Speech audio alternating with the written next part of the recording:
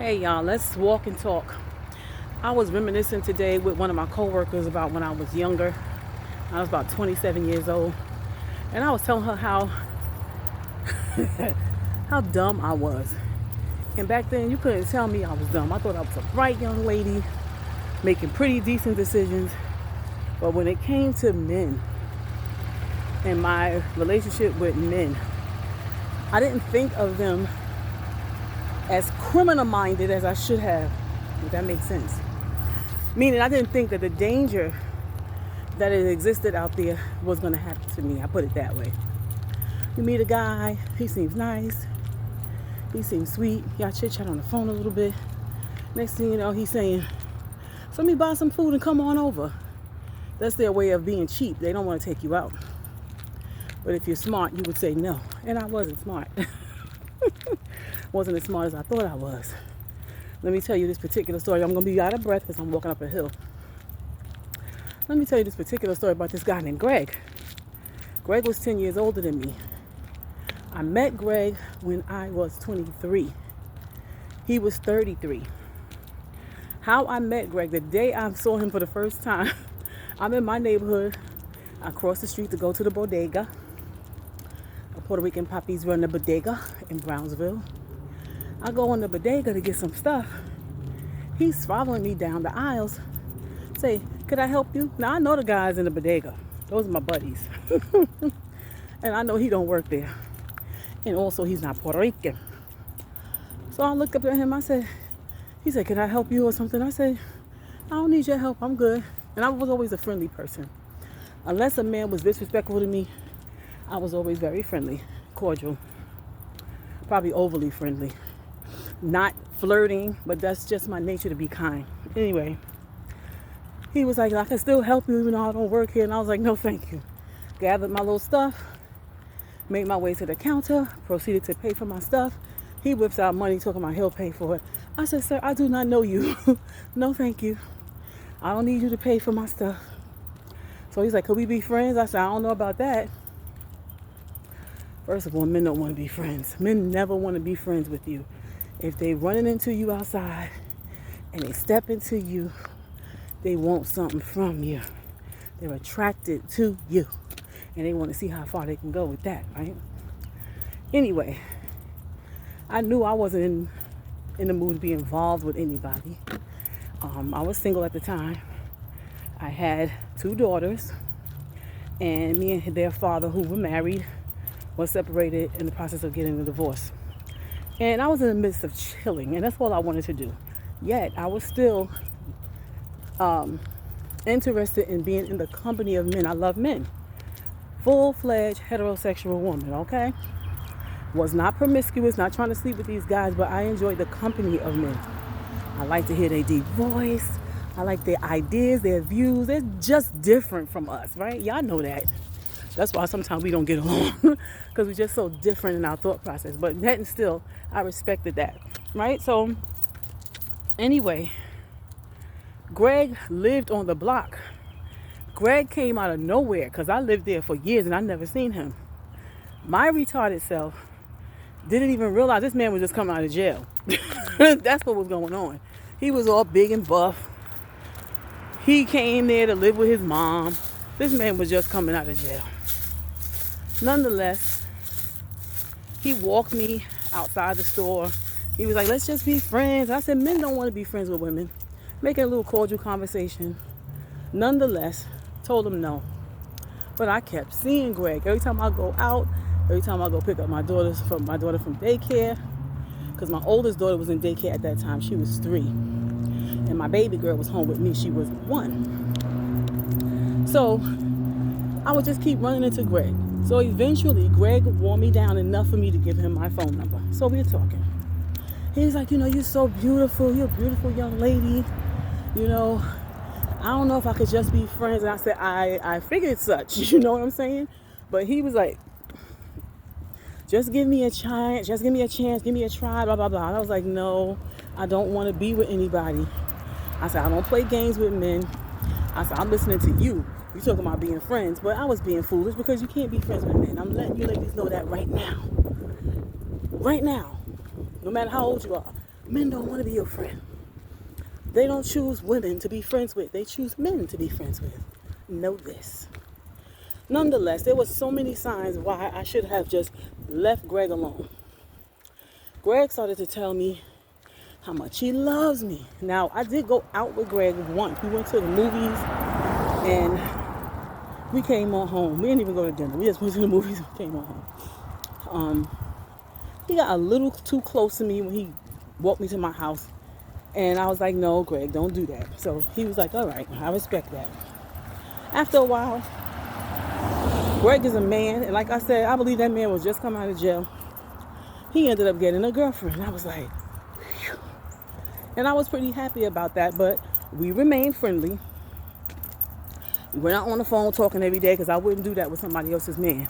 Nonetheless, he would call me for advice when they got into it.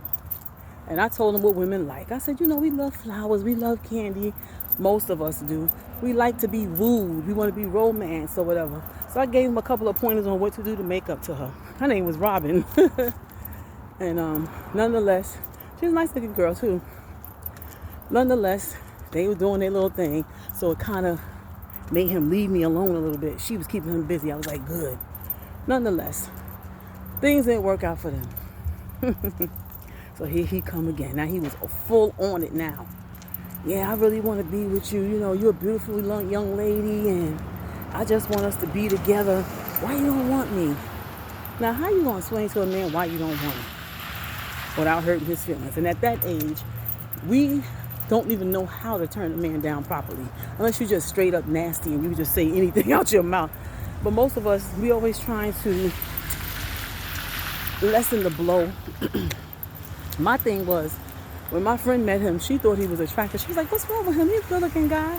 Most women did like light-skinned guys. And he was a built man, had good body and all that good stuff. But he was too old for me, to me. I was 23, he was 33. He was just too old for me. I don't know. That's weird. That's how weird I am. Nonetheless, he kept pursuing. One day, he got drunk on the phone. He got drunk and called me on the phone. On the phone telling me about how much he loves me. And that if I don't want to be with him, he's going to kill me and kill himself. Yes, he was talking crazy. Now, when somebody say something like that to you, you need to leave that guy alone, period, right? I said, you know what? He's bugging out. And he's drunk. I'm going to give him a little leeway. But I called my brother and I called my good friend. I gave them his full name, his address, his phone number. If anything happens to me, he did it. Right? But he was on the phone talking crazy, so I hung up. He said, we're going to be together in heaven. I said, no, it don't go that way. Before I hung up on him, I said, it don't go that way. You don't kill people, kill yourself and go to heaven. It don't work like that. So he was like, what do I have to do? What do you like? I said, I like chocolate men. I told him that, right? I told him. He's like, so what you want me to do? Sit in the sun until I'm burnt? I said, you're not going to turn brown. You're going to turn red. Messing with him now. Nonetheless, after that day, I said, let me just leave him alone. I don't want to talk to him. I'm going to try to ease off. This man, I can't remember what happened first. I can't remember if he knew where my daughter went to school. He attempted to pick my daughter up. Crazy thing is, I just saw that in a Lifetime movie yesterday. This guy actually picked up the girl that he was messing around with. He picked up her child. Thankfully, they didn't play that mess at the daycare my daughter was in. You had to give them the people whom you trusted to pick up your child. If they're not on that list, nobody's could come and walk into that building and take your child. That's how it should be everywhere. Anyway, he attempted to pick her up. He's her father. That pissed me off because when it comes to my children, I don't play that crap. I don't play that crap. Mama Bear, lioness, about to rip your head off. So he's standing there talking about what took me so long. I looked at him. I said, what are you doing here? So the teachers asked me to come in the classroom. And they were talking to me. They said, yeah, this guy, he's talking about he's her father. I said, he is not her father. They said, yeah, we know that. I said, her father is not even on the list. So this man definitely, I had my brother, her godmother, and myself. That's it. So thankfully, the school, I'm all out of breath, y'all. Ooh, these hills ain't no joke. Thankfully, the school had a system to protect the kids. Nonetheless, I went off on him. And I had to curb myself because I had my 1-year-old in the stroller and I picked up my 3-year-old. I had to curb myself because I wanted to cuss him out. And I had a mouth on me when I was young like that. I had some kind of mouth on me, honey, when I got furious. But I told him, I said, don't you ever do no crap like that again. Oh, I didn't think it was a big deal. You know, you took so long. Don't worry about how long I take to pick up my child. I know what time I need to be here to pick her up. This man beat me to the school and was trying to take my child out. So that's 2 warnings right there. 2 warnings right there. This man threatened to kill me when he was drunk, which you should never take that lightly. Then this dude won't go to my daughter's school, try to pick her up. 2 strikes. Why did I give him a 3rd strike? I really don't know. I really don't know. What he would do was come around. My friend would come with her daughter. Her daughter was my goddaughter. And we would all be sitting outside because we lived in the neighborhood. He lived in the neighborhood with me. He'd see us. He would take the kids to the store. He would go to McDonald's, just buy stuff for my friend and the kids. And we just had that type of friendly vibe. He always wanted more. But he started to calm down as far as, you know, just keep pursuing me and telling me how much he loved me and all this stuff. But because he told me he loved me and I knew that, and I could see it in his eyes, just looking at him, he was so lustful. I don't know if it was love or lust. Nonetheless, he had a strong passion and a desire for me. So I should have just stopped being in his presence. I was just stupid. I don't know what was going on in my head. I was 23, as I said, and I always thought I was a bright person, but that was not bright. Time goes by. He says to me one day, why don't you just let me, I don't even want to say it. I'm a woman of God. I don't talk like that. He wanted to perform oral sex on me. He's saying that's all he wanted to do, just to satisfy me. As if I was going to be stupid enough to pull my pants down and be alone with him so he can go all the way and attack me. I was like, come on now, Greg, you're getting outrageous. Let's not get crazy. I told him, I said, nothing like that is ever going to happen. Why not? It's just that I just want to please you. I don't need you to please me. I don't need you to do that. Now that's another strike. Let it slide like a dummy. Time goes by. It's a rainy day. Greg is outside my window on his knees in the mud because where I live is in Brownsville Project. We have the grass around the building, just like something like this. And then the buildings are, set up behind the grass or whatever. It was pouring down raining. This man was on his knees, had on khaki pants. Kenya, baby, I love you. Why did he decide to come outside my window and do that? Well, I got neighbors. I could hear my neighbors cracking up. And I said, this guy, and here I am peeking through this curtain going, what is wrong with him? He gave me so many signs that he was obsessed. And as I'm telling this story as a 58-year-old woman, dang, I was stupid. Really stupid, because my children could have been in harm's way. And I'm not telling this story like it's cute, because it's not cute. It's stupid. A lot of ladies are losing their lives doing foolish things like this, And I was pretty young. I had my own place really early.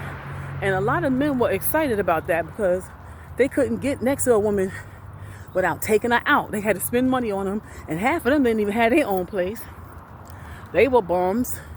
So you say, I got my own place. They say, who you live with? I don't live with anybody. They be like, you what? Like they would get really excited about that. So the object was, let me get up in her house. She got kids. She ain't gonna get no babysitter. So I'll tell her I'm gonna bring her some food and I'll bring some movies. We could chill. It was before Netflix and chill. It was video store and chill in my time. But this is what a lot of guys were doing. They would come to your house, and I was stupid because I met quite a few guys, and I didn't have sex with any of these guys that I invited to my home, which was really dumb.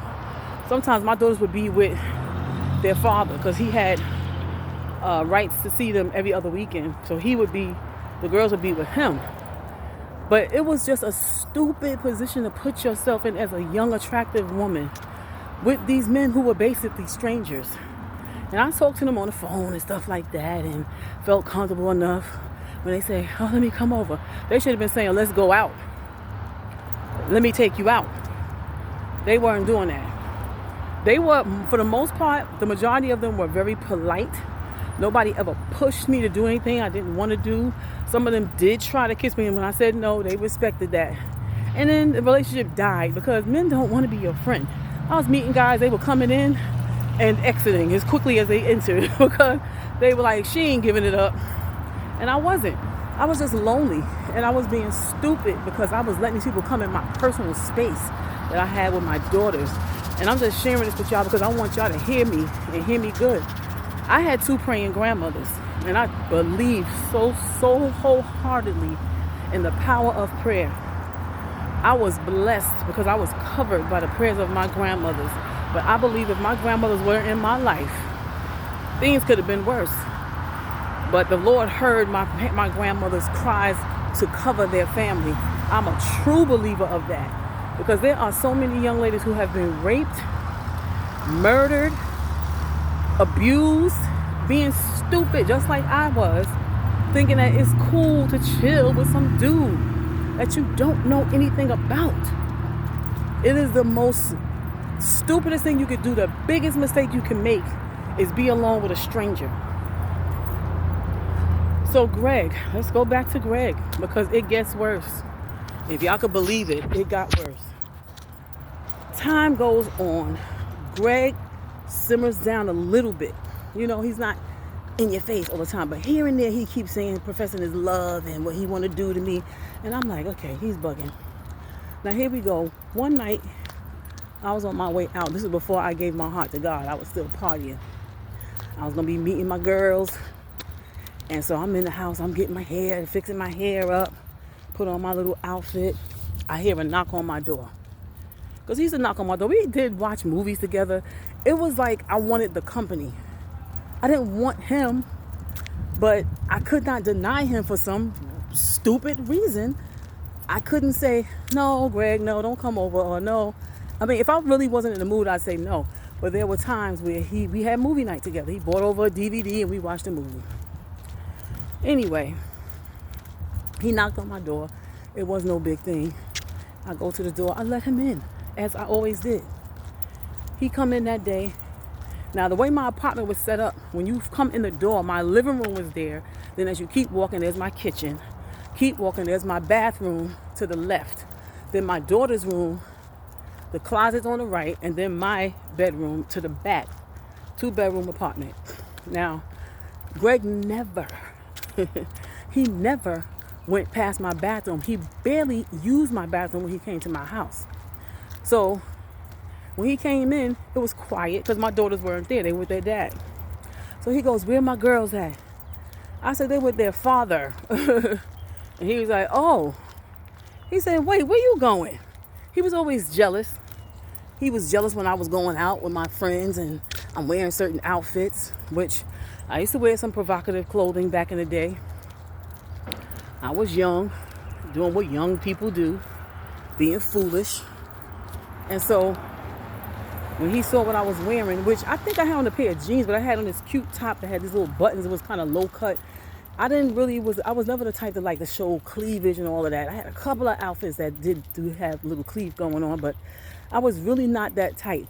But I did like mini skirts. I like tight dresses. Those little fitted dresses when you go to the club with your little heels. Yes, I did dress like that. But that particular night, I didn't even have on anything very intriguing.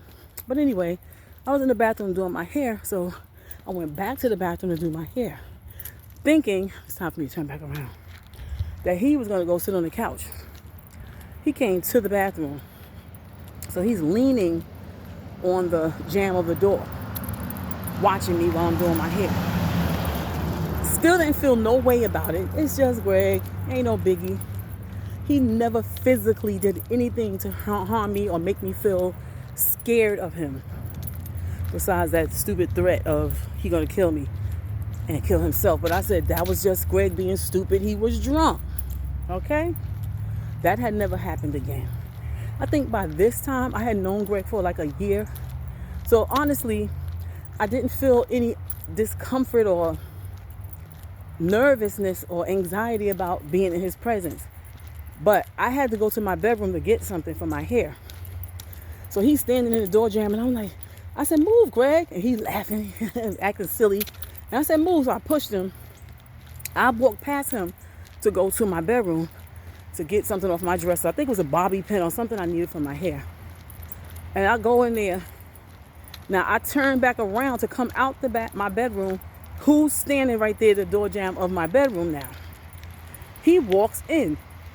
And then all the hairs on my arm stood up.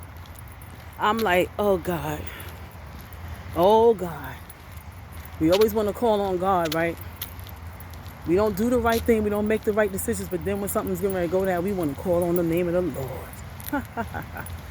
Right? So I'm like, Greg, what are you doing? My bedroom set, I had bought that bedroom set when I was 18 years old. It was a nice bedroom set. It had like a mirror. It had how do you say it? It was not an armoire, but a platform where I could put stuffed animals at the top. Then in the middle, I could put little things. I had a mirror there. Then where the bed was, there was a little mirror there. When he saw that, he got so excited, lost his ever-loving mind. He's like, oh, look at your bed. And I was like, Greg, come on, come out of my room. And he was like, no, let's just lay down and see how we look in the mirror, like really bugging out. I said, I'm not laying down to see how we look in the mirror, Greg. Come out of my room, let's go. So I'm trying to leave. He jumps up. Now I'm a robust lady. I was not this size. I was 23, much smaller.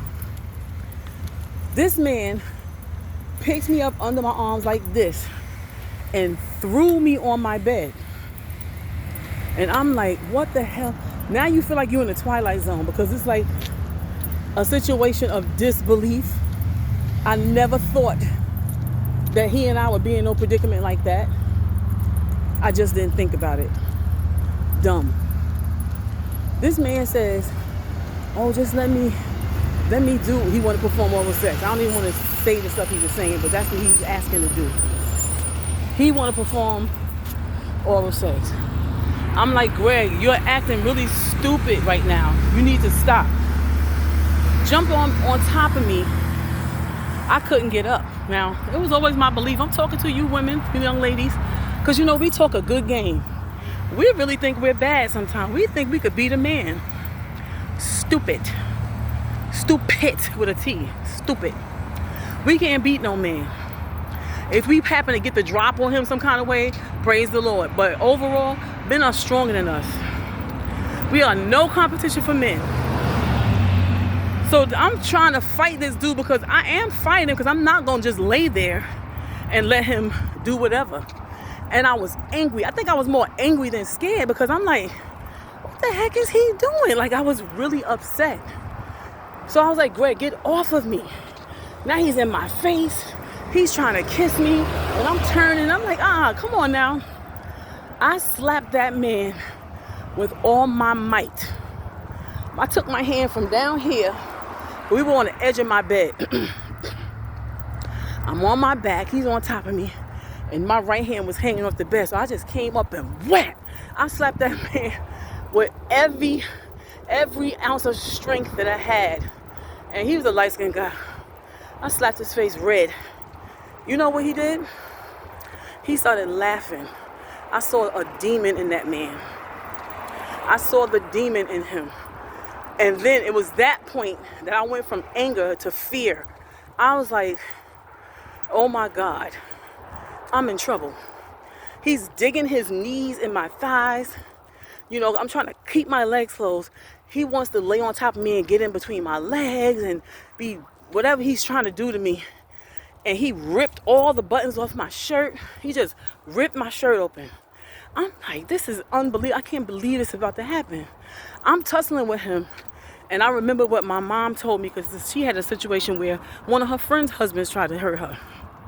And she said what she learned, when you're fighting them, a man like that, they're sick. They enjoy that. They get pleasure out of that. So she said, your best bet is to calm yourself down. And that came to my mind. So I said, I slapped him. That didn't stop him. Nothing. Couldn't get him off of me. He was going to be the winner. I was at a loss. Trust and believe. So I said, let me calm down. As I calmed down, I laid still. I just looked up at him. I said, so now you're going to rape me, Greg? I didn't have nothing else. I didn't have no other recourse. I couldn't do anything. It was up to him whether he was going to leave me alone or continue with his crazy mission. When I said that word rape, that seemed to snap something. It's almost like he was playing some sick game. And then he realized just how serious it was when I used that word rape. Because I told you that man, he came out of jail. He was coming out of jail. And I guess he probably was like, wait, rape? I can't go back to jail, you know? And he was like, no, I'm not going to hurt you, baby. And that's when he backed up off of me. Man, I'm telling you, when I tell you every nerve ending in my body was like hysterical, I was shaking because I was like, this is crazy.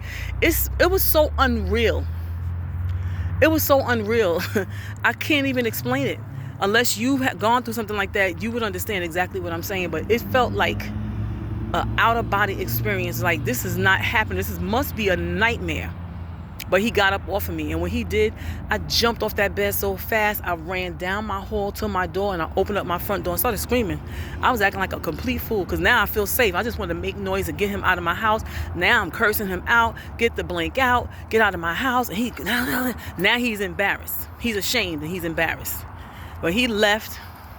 And that was the end, finally, of our little ridiculous dance that we did for over a year. I called my friend. I told her what happened. She was like, what? She was shocked. She was always kind of rooting for him. She kind of liked him. I was like, why you didn't like him? He's nice. He got money. Da, da, da, da. Oh, and I forgot to mention this, y'all. The man started selling drugs. He started selling drugs. So there was so many strikes. And I'm not that type of woman. I'm not no thug. I'm not a person who get into trouble.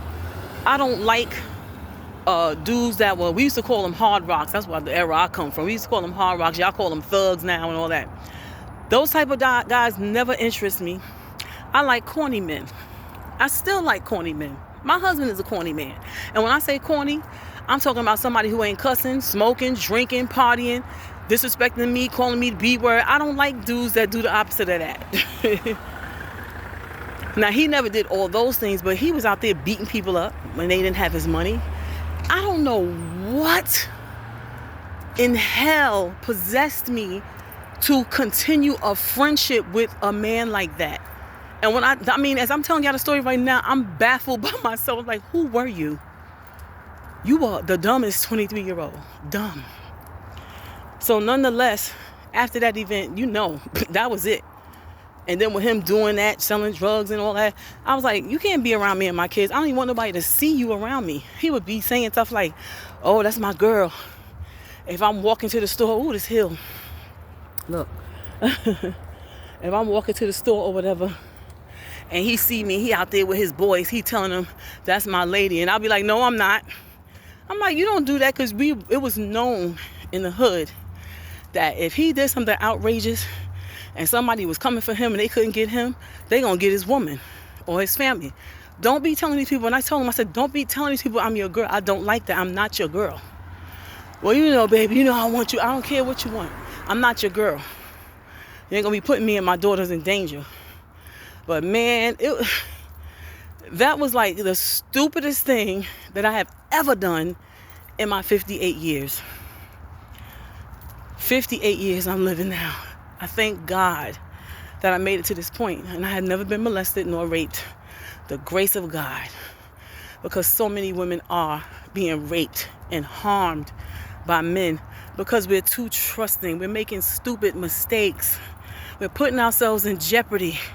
We're going to parties, and not we, because I'm not into that anymore. But I did do it. Going to parties and we're drinking. And sometimes we just hooking up with guys. I mean, I never hooked up with no stranger to have sex with them at no club. I basically went to the club because I enjoyed dancing. But I met guys. Met one guy one time. He massaging my feet in the club. Took my shoes off my feet, put my feet in his lap, and he massaging my feet. So it's the stupid things that you do because you drinking.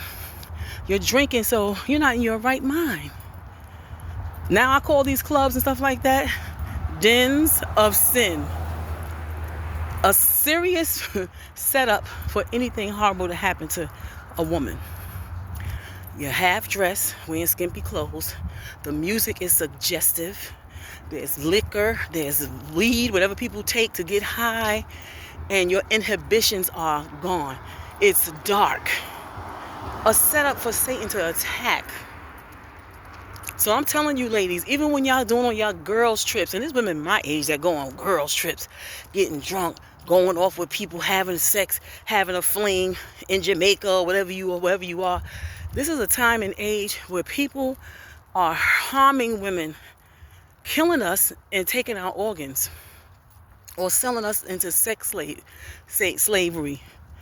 There's so much stuff going on. This is not the time to be dumb and young and thinking you having fun, because you very well may lose your life, and worse, lose your soul, because you don't want Satan to catch you slipping, because if you're not in God's good grace, you're going straight to hell. And this is a warning, ladies. This mess ain't cute. We got to stop being stupid. As time goes on, things are getting worse. It's time to wisen up. Wisen up. Love yourself. Care for yourself. Don't be loose and fancy free. This ain't the time for it. It's time to be sober-minded and be wise and be smart and be safe. You can't even trust your so-called girlfriends. Some of these girls hate you. Like, look at that girl. Excuse me. What was her name? I think it started with a K. The girl that I think she did hair or something like that for a living, and they all went on a trip and they beat the girl up, and the girl ended up dead. And he's supposed to be her friends. We need to have God on our side, intervening, giving us that discernment to see the devil in these people, because people got the devil in them. They got demons in them. They are possessed. People are jealous, envious, they're lustful, and they will do things to harm you. They will set you up. You even got girls setting up other girls to be trafficked. This is not the time to even trust people like that. Disobeying your parents and doing stupid things that you know better than. This is not the time, family. You don't want to lose your life like that and end up losing your soul. I just wanted to share one of my stories with y'all, because I got another one. I had the audacity to have another one, y'all. And when I think about how good God is, how my grandmothers prayed for me, I am covered by their prayers. I was blessed to have those ladies. But when your family don't know God and they don't know how to cover you in prayer, you're open game for Satan. Be careful and be mindful of that. Peace, love, and blessings.